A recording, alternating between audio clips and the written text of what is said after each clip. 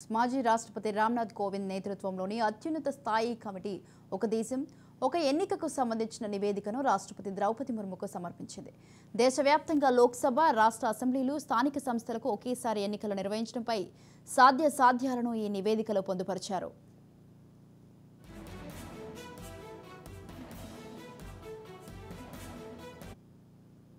కోవింద్ నేతృత్వంలోని అత్యున్నత స్థాయి కమిటీ 18,626 పేజీల ఈ నివేదికను రాష్ట్రపతి భవన్లో రాష్ట్రపతి ద్రౌపది ముర్ముకు సమర్పించినట్లు ఒక ప్రకటనలో తెలిపింది.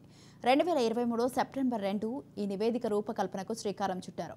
పలువురు నిపుణుల సారథ్యంలో 191 రోజుల కసరత్తు అనంతరం ఈ నివేదికను పూర్తి చేశారు. తొలి దశలో లోక్సభ, అసెంబ్లీ ఎన్నికలు ఒకేసారి నిర్వహించాలని, తరువాతి 100 రోజుల్లో రెండో దశలో స్థానిక సంస్థల ఎన్నికలు నిర్వహించాలని కోవింద్ కమిటీ ఈ నివేదికలో సిఫారసు చేసింది. इससे विकास के कार्यों पर जो प्रभाव पड़ता है उसे आप सब भली भांति जानते हैं। ऐसे में वन नेशन वन इलेक्शन पर गहन अध्ययन और मंथन आवश्यक है और इसमें पीठासीन अधिकारी काफी मार्गदर्शन कर सकते हैं, गाइड कर सकते हैं, लीड कर सकते हैं। इसके साथ ही लोकसभा हो, विधानसभा हो या पंचायत चुनाव हो, इनके लिए एक ही वोटर लिस्ट काम में आए, इसके लिए हमें सबसे पहले रास्ता बनाना होगा। आज हर एक के लिए अलग अलग वोटर लिस्ट है, हम क्यों खर्चा कर रहे हैं, समय क्यों बर्बाद कर रहे हैं। अब हर एक के लिए 18 साल से ऊपर तय है, पहले तो उम्र में फर्क था इसलिए थोड़ा वो रहा, अब कोई जरूरत नहीं है।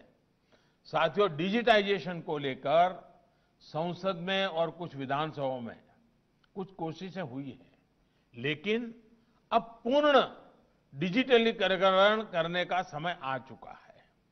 अगर आप प्रिसाइडिंग ऑफिसर्स इसमें जुड़े इनिशिएटिव लेंगे तो मुझे विश्वास है कि हमारे विधायक गण, सांसद गण भी तेजी से ये टेक्नोलॉजी को एडॉप्ट कर लेंगे।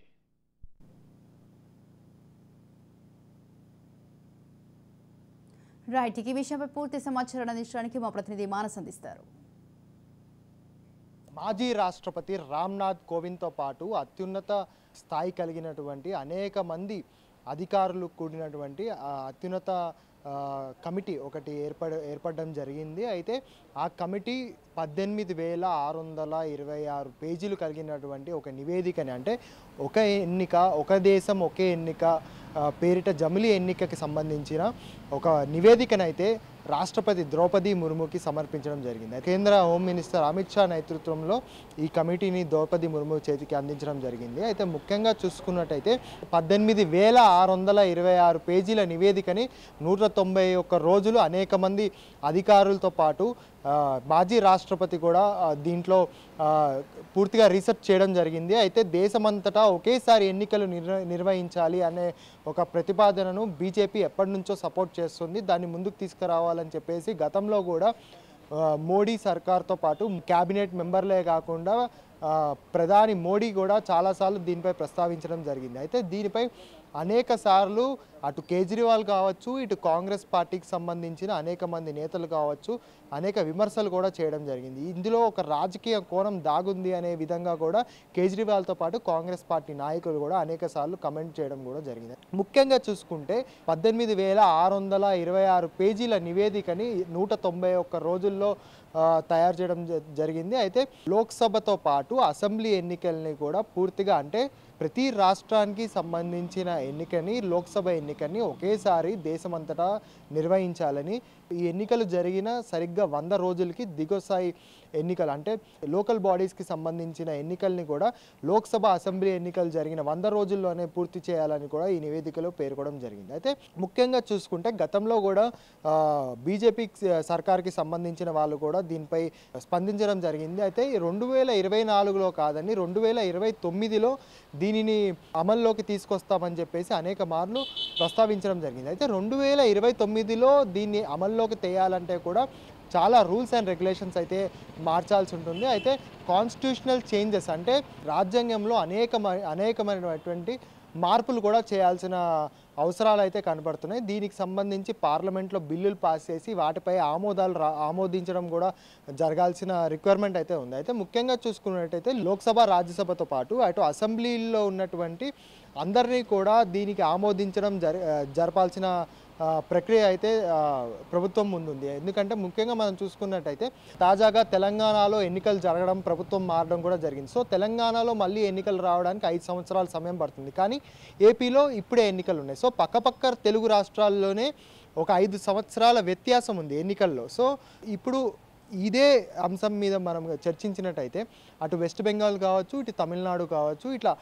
ఉత్తరప్రదేశ్ కావచ్చు, ఇట్లా అనేక రాష్ట్రాల్లో అనేక సార్లు ఎన్నికలు జరుగుతాయి. అంటే సంవత్సరం 2 సంవత్సరాల వ్యత్యాసంలో ఎన్నికలు జరుగుతూ ఉంటాయి. కాకపోతే వీటిని సరిదిద్ది అంటే తక్కువ ఉన్న చోట్ల సమయాన్ని పెంచి, ఎక్కువ సమయం ఉన్న చోట తగ్గించి, ఆ విధంగా నిర్ణయించి, అంటే ఒకే అభిప్రాయానికి అందరినీ కూడా తీసుకొచ్చి ఈ జమిలీ ఎన్నికలను అయితే నిర్వహించాలని కేంద్రం అయితే పూర్తి దృఢ సంకల్పంతో ఉన్నట్టుగా తెలుస్తుంది. దీనిపైనే ఈ 18,626 పేజీల కమిటీని కూడా నివేదికను కూడా చేర్చడం జరిగింది. అయితే ఇప్పుడు ఈ లోక్సభతో పాటు ఈ అసెంబ్లీ ఎన్నికలు కూడా ఒకేసారి నిర్వహించడానికి ఎంత మేరకు ప్రాక్టికల్గా వర్కౌట్ అవుతాయి అనే దానిపై కూడా పూర్తి స్థాయిలో చర్చించాల్సిన సమయం అయితే ఉందని చెప్పుకోవాలి. అయితే ఇదంతా కూడా అమల్లోకి రావడానికి 2029 ఎన్నికల్లోనే పాసిబుల్ అవుతుందైతే తెలుస్తుంది. అయితే ముఖ్యంగా నివేదికలో ఉన్న కొన్ని పాయింట్స్ని మనం పరిశీలించినట్లయితే ఈ జమిలీ ఎన్నికల వల్ల, అంటే ఒకే దేశం ఒకే ఎన్నిక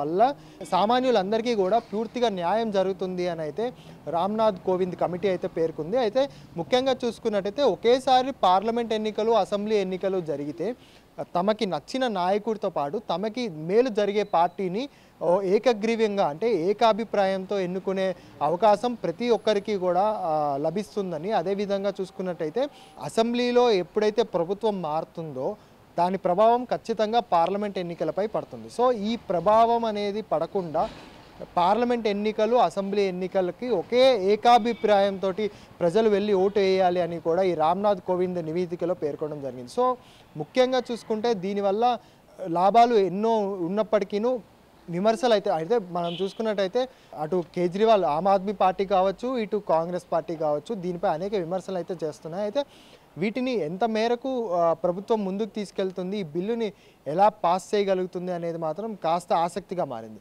కెమెరామెన్ భరత్తో మానస్, రాజ్ న్యూస్.